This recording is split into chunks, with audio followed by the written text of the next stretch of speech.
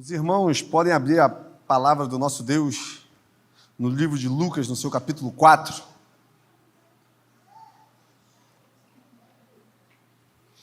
Nós leremos a partir do versículo 16. Lucas 4, a partir do versículo 16. Amém? Indo para Nazaré, onde fora criada, entrou num sábado na sinagoga, segundo o seu costume, e levantou-se para ler. Então lhe deram o livro do profeta Isaías, e abrindo o livro, achou o lugar onde estava escrito: O Espírito do Senhor está sobre mim, pelo que me ungiu para evangelizar os pobres, enviou-me para proclamar libertação aos cativos e restauração das vistas aos cegos, para pôr em liberdade os oprimidos e apregoar o ano aceitável do Senhor. Tendo fechado o livro, devolveu ao assistente e sentou-se. E todos na sinagoga tinham os olhos fitos nele. Então Jesus disse-lhes: Hoje se cumpriu a escritura que acabais de ouvir. Todos lhe davam testemunhos e se maravilhavam com as palavras de graça que saíam dos seus lábios. E perguntavam: Não é esse o filho de José? Feche os seus olhos por mais uma vez. Pai amado, Pai querido, muito obrigado porque a Tua presença é real nesse lugar. O ambiente foi preparado pelo Teu Espírito Santo para nós prestarmos um culto racional, glorificando e exaltando o Teu nome. Nesse momento nós vamos para a Tua palavra. Que o Senhor prepare os nossos corações, a nossa mente, que o Senhor venha fluir através de nós, que nada seja empecilho para aquilo que o Senhor quer falar nessa noite, nem eu mesmo. Oro em nome de Jesus. Amém?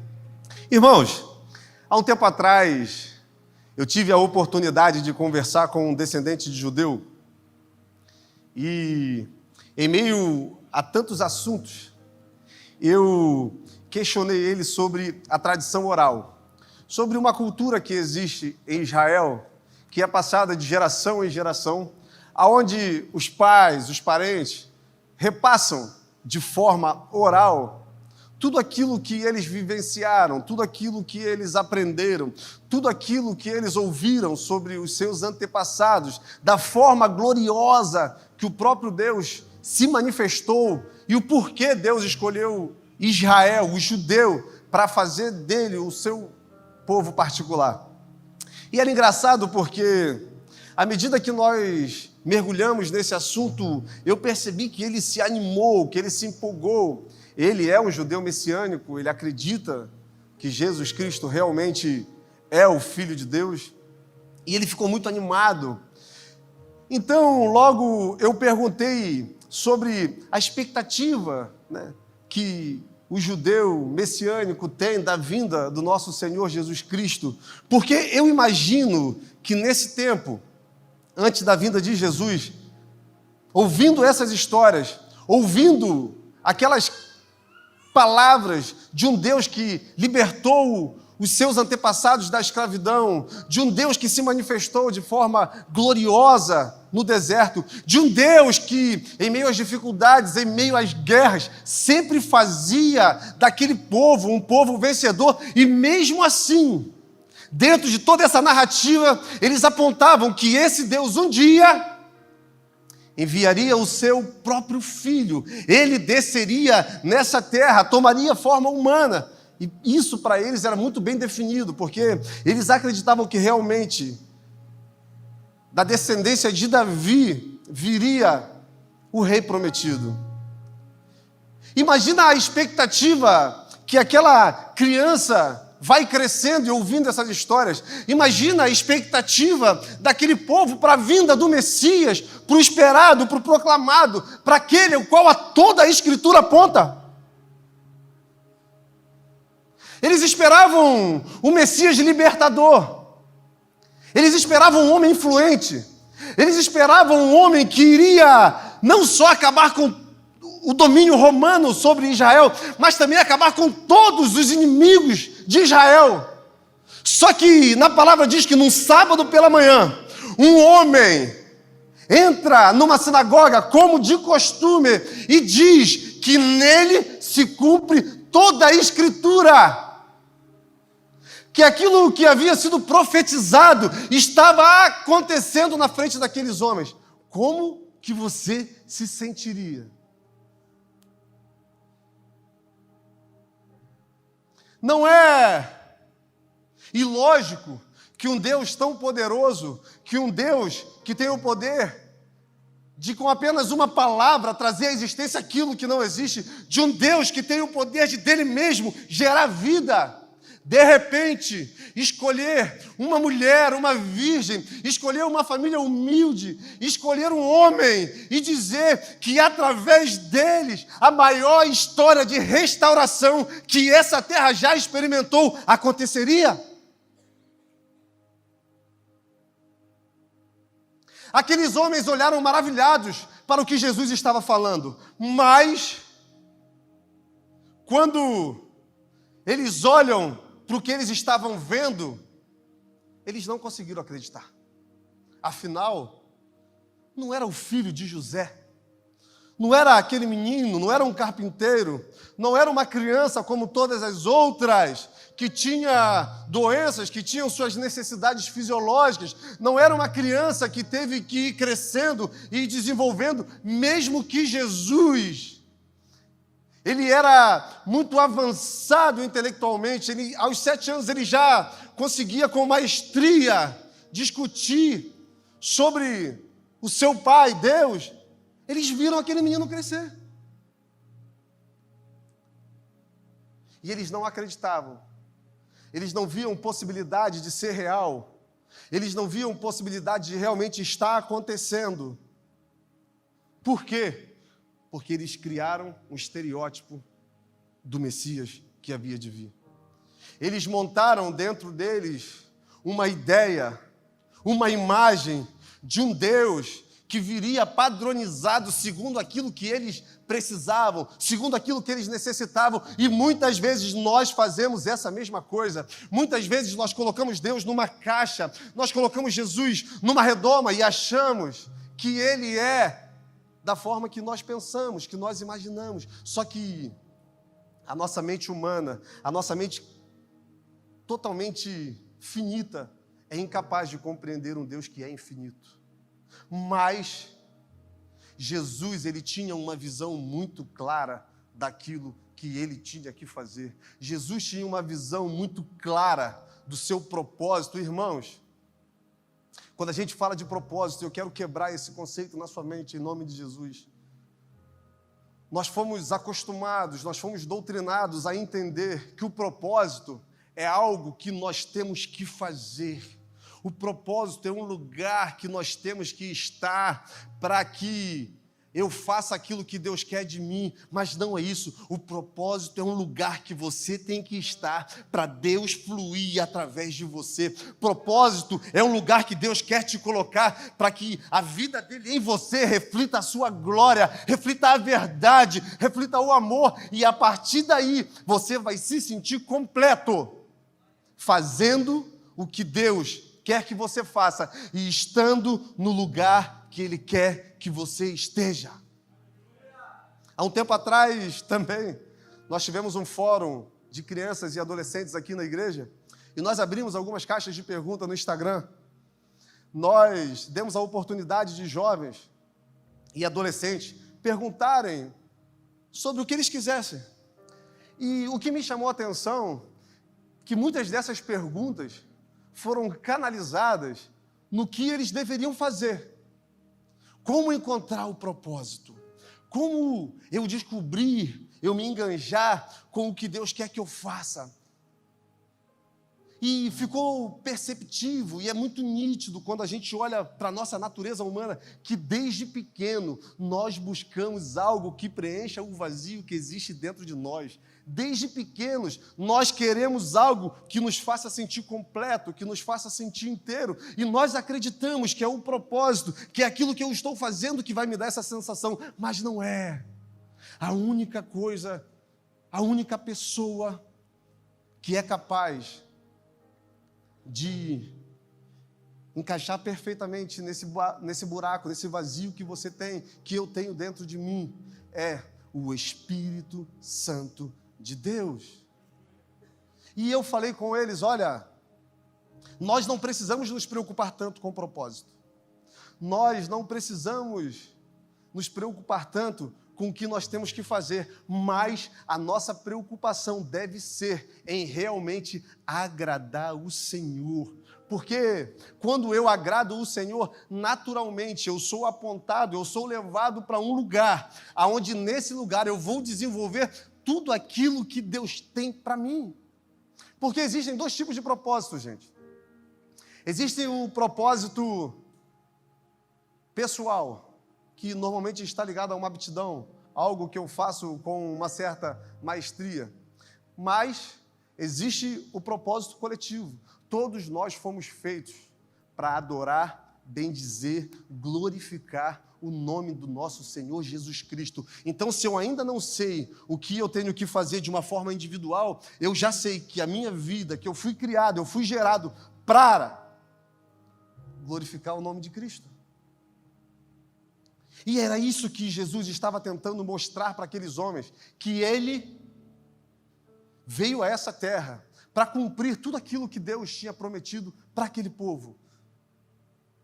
Só que eles não conseguiram entender, eles não conseguiram compreender. E por diversas vezes a gente vai perceber que nem os discípulos conseguiram ter uma visão tão clara daquilo que estava sendo falado, daquilo que estava sendo manifestado. Porque por diversas vezes eles tentam tirar Jesus do caminho que estava apontado pelo próprio Deus para ele. Vocês lembram de Pedro? Eu não vou deixar que o Senhor vá até a cruz. Não vou deixar.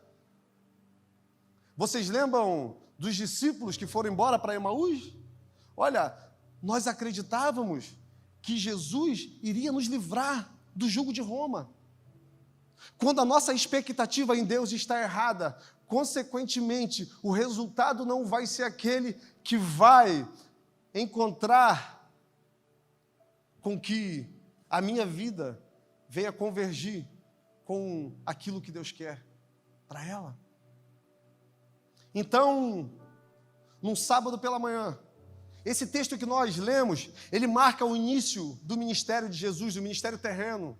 Jesus, logo no capítulo 4, no seu início, Jesus vai cheio do Espírito Santo para o deserto para ser tentado por Satanás.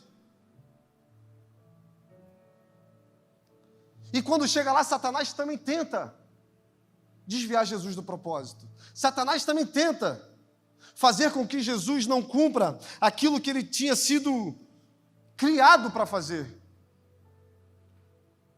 Jesus, ele se manifesta para novamente trazer, igual Paulo diz lá em 2 Coríntios, olha, tudo isso vem de Deus, que nos reconciliou consigo mesmo através de Jesus Cristo. Jesus, ele se manifesta para trazer reconciliação. Só que, quando a gente vê Jesus indo para o Jordão, e quando nós lemos o início, o versículo 16, quando Jesus entra na sinagoga, uma coisa logo me chama a atenção, porque no versículo 1, Lucas diz, e cheio do Espírito Santo, Jesus foi para o Jordão. E quando Jesus foi para o deserto, e quando Jesus entra na sinagoga, a palavra diz que ele mesmo proclama, o Espírito de Deus está sobre mim. Perceba que existe um relacionamento íntimo entre Jesus e o Espírito Santo. A manifestação das três pessoas da Trindade é muito real nesse contexto. E, irmãos, o Espírito Santo normalmente é um Deus que está esquecido dentro de nós. E possivelmente na nossa trajetória cristã, possivelmente na nossa caminhada cristã, a gente não vai encontrar o êxito que esperamos se não entendermos que nós necessitamos de um relacionamento íntimo com o Espírito Santo de Deus. Porque é dele que nós recebemos força para resistir o diabo. É ele que vem nos revestir de poder. É ele que vai testificar em nosso coração, como diz lá em Romanos 8, no versículo 2, que somos filhos de Deus. É o Espírito Santo que intercede por nós, porque nem o desejo de orar, nem as palavras certas nós temos, mas a ação do Espírito Santo em nós faz com que a nossa voz seja audível como aroma suave na presença do nosso Deus. Quando nós falamos que Deus resolveu fazer de nós casa, que Ele poderia habitar em palácios, que Ele poderia habitar em templos feitos por mãos humanas, mas Ele resolveu morar dentro de nós, nós estamos dizendo que o Espírito Santo é que mora dentro de nós. E isso é incrível porque, eu não sei você, mas algumas vezes, quando eu leio a palavra, quando eu leio essa verdade, eu fico me questionando, caramba, como que esses discípulos, mesmo tanto tempo com Jesus, 3 anos, dormindo, acordando, vendo sinais, vendo prodígios, maravilhas, esses homens viram mortos ressuscitarem, esses homens viram Deus alimentar uma grande multidão com apenas 5 pães e 2 peixinhos, como mesmo assim, em algum momento eles abandonaram tudo, não conseguiram acreditar que Jesus realmente iria ressuscitar? A resposta é, aqueles homens ainda não tinham experimentado o Espírito Santo de Deus. E todas as vezes que nós fazemos escolhas sem sermos direcionados por esse Espírito, nós vamos fazer escolhas sendo direcionados pela nossa carne, pela nossa vontade. E toda vez que nós fazemos escolhas direcionadas pela nossa carne, pela nossa vontade, fatalmente nós vamos para um lugar que vai trazer dor, vai trazer tristeza, vai trazer arrependimento. É Ele que nos ajuda nas nossas fraquezas. É Ele que pega as nossas palavras, não as palavras que saem dos nossos lábios, as palavras que saem dos nossos corações e leva para o nosso Deus. Eu quero muito te estimular nessa noite a rever o seu relacionamento com o Espírito Santo. A ver se realmente aquilo que você tem feito, aquilo que você tem escolhido, está ou não proporcionando para que Ele governe a sua vida. E cheio do Espírito Santo, Jesus vai até o Sinédrio, como de costume, e lá Ele pega o rolo e abre lá no livro de Isaías, no seu capítulo 61. Irmãos, Isaías 61 narra um momento de um povo que estava emocionalmente, culturalmente, financeiramente, espiritualmente derrotado. O livro de Isaías, no seu capítulo 61, narra a era pós-exílio babilônico. Se você ler o 2º livro de Crônicas, você vai perceber que o cativeiro babilônico trouxe uma grande destruição. Se você ler o capítulo 36, você vai perceber que Jerusalém ela foi toda destruída.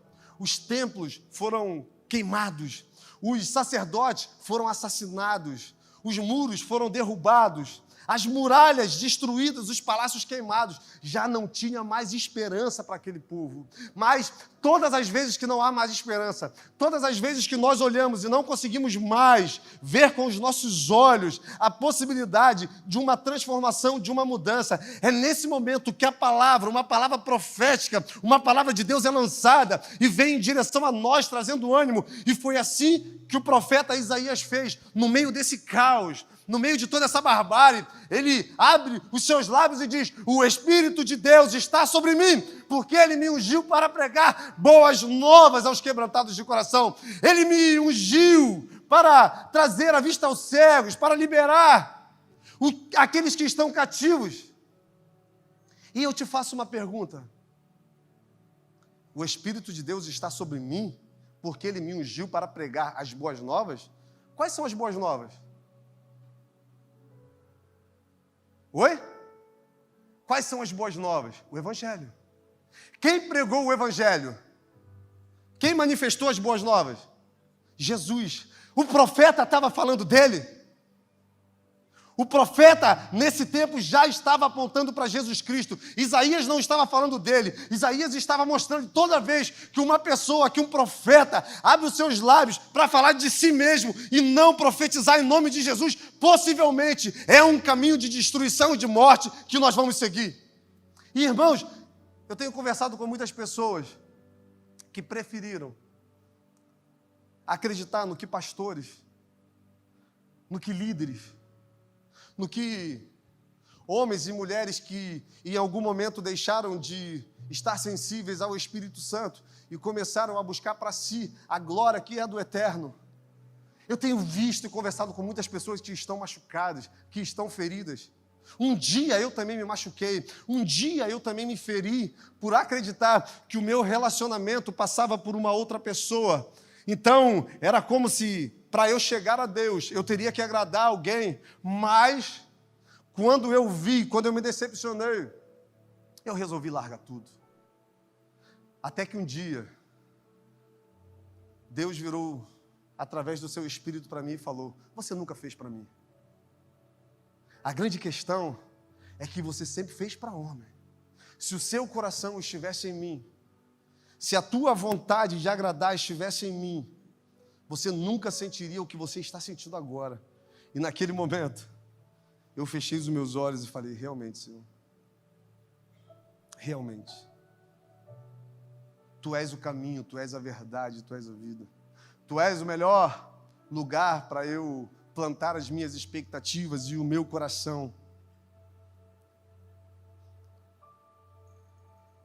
Possivelmente, nós não vamos viver tudo aquilo que nós queremos viver nessa terra. Possivelmente, alguns sonhos, eles não há de se realizar. Muitos outros nós vamos, glória a Deus. Muitas outras coisas Ele vai fazer, glória a Deus. Mas Ele sabe o que é melhor para nós. E é o Espírito Santo que vai nos fazer entender aquilo que Deus quer e espera de nós. Por isso, Jesus não aceitou nenhuma sugestão que não fosse dos céus para Ele. Como Ele mesmo diz: eu não vim fazer a minha vontade, mas sim a vontade daquele que me enviou. E a vontade de Deus era essa: que Ele pregasse, que Ele manifestasse as boas novas aos de espírito quebrantado, aos humildes. Quando nós vemos lá em Mateus, no seu capítulo 5, nós vamos ver a primeira bem-aventurança. Bem-aventurado é aquele que é pobre de espírito, porque dele é o reino dos céus. Bem-aventurados os pobres de espírito, porque dele é o reino dos céus. Quando a gente fala de pobre de espírito, nós não estamos falando de uma humildade aonde eu me inferiorizo e coloco as pessoas à minha frente. Quando falamos de pobre de espírito, eu não estou falando de uma pessoa que é totalmente vulnerável emocionalmente, não.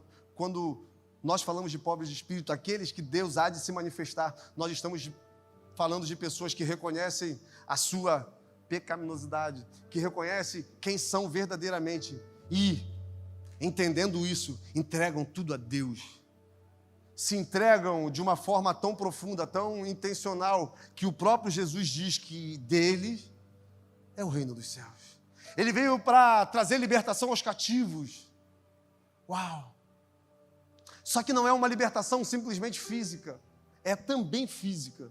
É uma libertação de um vício, é uma libertação de algo que me domina, que não consegue me deixar livre, não me deixa romper. Mas se eu pensar que é apenas isso, essa libertação, também é muito pouco. Porque ele está falando também de uma libertação do pecado, uma libertação espiritual. Ele está dizendo que para aqueles que querem se libertar do pecado, ele veio para mostrar que existe um caminho, existe uma verdade e existe uma vida, e que nós não podemos aceitar nada menos do que aquilo que ele tem para nos oferecer. Ele é o nosso libertador, ele é o nosso restaurador. A gente vê Jesus se relacionando diretamente com pessoas que estão à margem da sociedade, com pessoas que são rejeitadas, com pessoas que foram colocadas de lado por parentes, amigos. Ontem eu tive uma conversa com um amigo e ele virou e falou assim: cara, é muito engraçado olhar para algumas pessoas e ver o que Deus fez na vida dessas pessoas, porque se fosse alguns anos atrás, nós não veríamos possibilidades disso acontecer. Mas é engraçado porque, às vezes, até hoje, ainda é difícil de acreditar. E eu virei para ele e falei, olha, é difícil realmente de acreditar, porque tudo que foge do nosso controle, tudo aquilo que nós sabemos que não foi construído por nós mesmos, é algo que nós temos dificuldade de enxergar, mas Deus escolhe as coisas loucas para confundir as sábias. Deus escolhe as coisas vãs, as desprezíveis, aquelas que não são, para confundir aquelas que são. Por isso, algumas pessoas específicas Deus escolheu e colocou em um lugar para mostrar que é o poder dele que está se manifestando através da fraqueza humana. E é isso que Deus me trouxe aqui para te dizer: você é a matéria-prima perfeita para tudo aquilo que Deus quer fazer na sua vida. Ah, mas eu sou fraco. Ah, mas eu estou passando por grandes dificuldades. Ah, mas eu tenho enfrentado grandes lutas. Mesmo assim, o poder dele vai se manifestar através da sua fraqueza. Porque aí sim ele vai dizer: diga ao fraco que eu...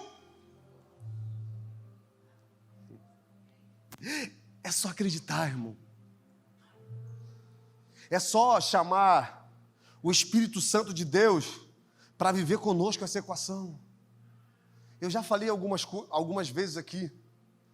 Se eu perguntasse o momento que marcou a minha conversão, o momento que eu tive uma transformação de mente, eu vou falar que foi no exato minuto que eu olhei uma frase que estava na camisa de um jovem, um versículo, Lucas, no seu capítulo 5, que diz assim: eu não vim chamar os justos, mas sim os pecadores ao arrependimento. Naquele momento eu olhei pecador, eu olhei para mim, eu falei: caramba, eu sou esse cara, eu sou esse pecador. Mesmo diante de impossibilidades, mesmo diante de um cenário caótico, se você reconhecer quem você é, se você reconhecer aquilo que Deus pode fazer na sua vida, eu tenho certeza que a sua história, que a sua vida vai virar um grande testemunho que vai exaltar, bendizer o nome do Senhor Jesus Cristo. Porque o Evangelho é feito de pessoas improváveis. O Evangelho é feito de pessoas esquecidas. O Evangelho é feito de pessoas que estão à margem, que ninguém dá nada por elas. Que as pessoas olham e dizem: olha, como pode isso acontecer na vida de fulano? É para mostrar que não diz respeito a nós mesmos. Porque Jesus está ali na frente daqueles homens dizendo: hoje todas as profecias estão se cumprindo. Tudo aquilo que aconteceu desde o livro de Gênesis, tudo está acontecendo diante de vocês. Mas eles preferiram olhar para o filho de José. Talvez muitas pessoas olhem para você e falem: olha, você não é o filho de José? Mas Deus, quando olha, Ele vê um homem, uma mulher, que, se entender aquilo que Deus espera, vai viver e experimentar grandes coisas no Senhor. Eu quero te convidar nessa noite a desejar dentro do seu coração ir a um nível mais profundo em Deus. Eu quero te convidar nessa noite a acreditar que aquilo que Jesus diz lá no livro de Lucas, no seu capítulo 4, pode também acontecer através da sua vida. Porque todas as vezes que nós somos curados para curar. Todas as vezes que nós somos transformados para transformar. Todas as vezes que nós somos restaurados para restaurar. Existe uma expectativa dos céus ao nosso respeito. Eu sei que nós temos muita expectativa naquilo que os céus têm para nós, mas também existe uma grande expectativa nos céus daquilo que nós vamos oferecer para Ele. Por isso, nós devemos entregar tudo. Entregar tudo o quê? Entregar a nossa vida, entregar o nosso coração. Não com palavras que podem até nos iludir e iludir as pessoas que estão ao nosso redor, mas com uma verdade tão profunda que mova o coração de Deus, porque, como o nosso pastorzão falou, Deus procura uma classe de pessoas. Você já pensou sobre isso? Nós buscamos a Deus todos os dias, com oração, com jejum, com palavra, com louvores. Nós procuramos entrar nessa presença. Mas Deus procura uma classe de pessoa, igual ele encontrou no menino Davi. Coração puro, espírito reto, um anseio profundo, um desejo desesperado de agradar o Senhor. E é isso que Ele espera de nós.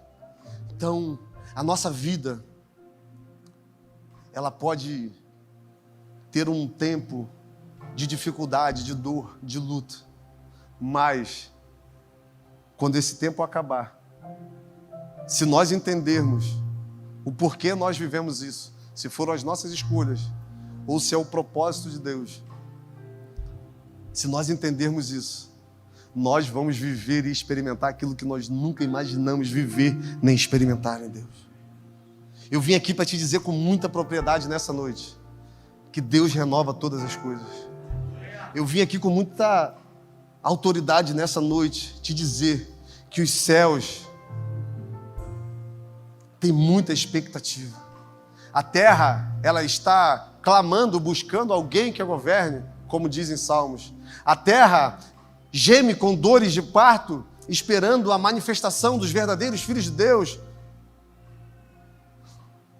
Você já parou para pensar que nós somos a resposta? Cristo em nós é a esperança da glória.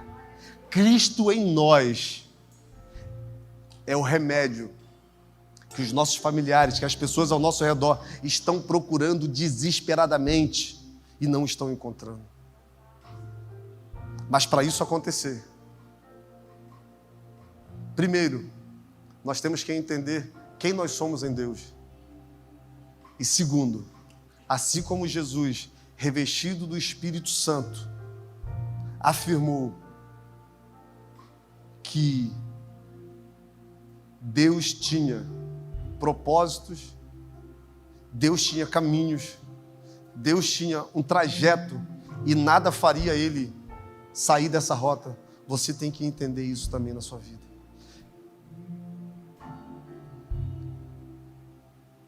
A partir de hoje, eu quero te convidar a se relacionar com essa verdade até que ela se torne também uma verdade dentro de você. As pessoas vão olhar e ver o filho do Zé. As pessoas vão olhar e te chamar de repente por um nome que você nem gosta, porque é um apelido de um momento de dificuldade, de um momento de dor. É um momento de decepção que você viveu e a partir daí, aquilo marcou a sua vida. Mas a partir de hoje, em nome de Jesus, você vai se reposicionar novamente nesse lugar de filho e vai ir a lugares que você nunca imaginou em Deus. Você toma posse disso, irmão? Você acredita nessa verdade? Você deseja isso? Então eu quero te convidar a se levantar.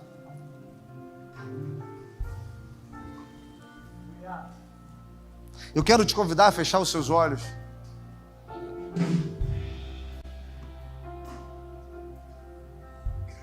E assim como Jesus falou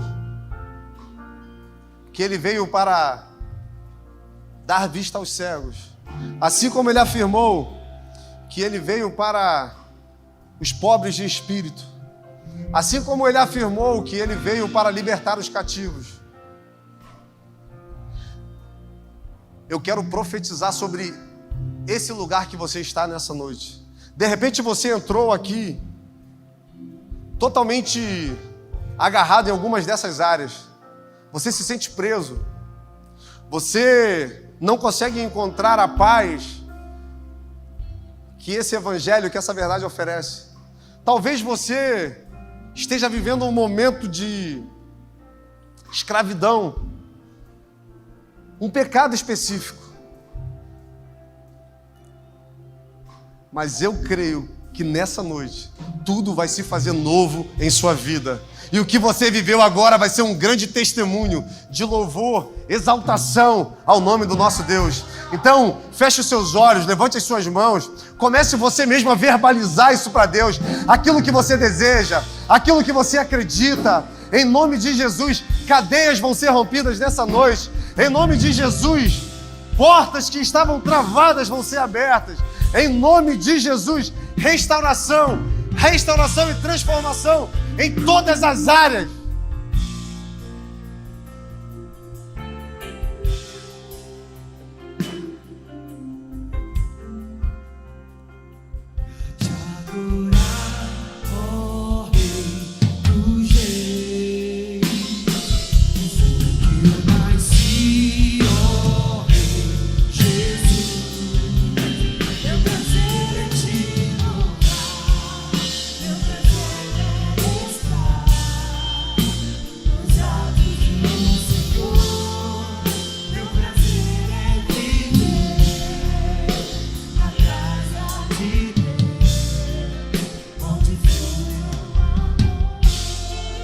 Aleluia, Pai. Em nome de Jesus, Deus, nós acreditamos em tudo aquilo que o Senhor prometeu para as nossas vidas. Nós acreditamos que realmente o Senhor é o Filho de Deus, enviado da eternidade para cumprir um propósito em nossas vidas.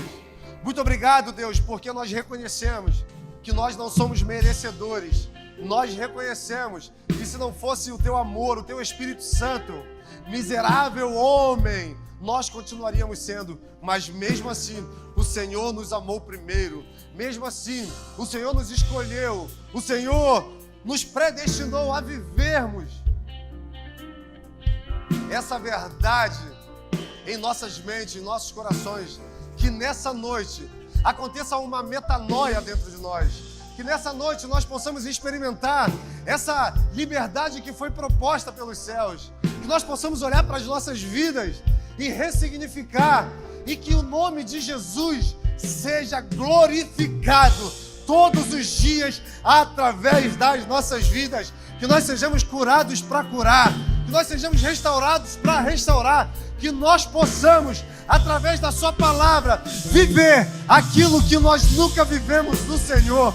Se você tome posse dessa palavra, irmão, se você acredita naquilo que o Espírito ministrou no seu coração, eu quero te convidar a levantar as suas mãos e dar uma linda, uma forte salva de palmas dos seus lábios, em nome de Jesus.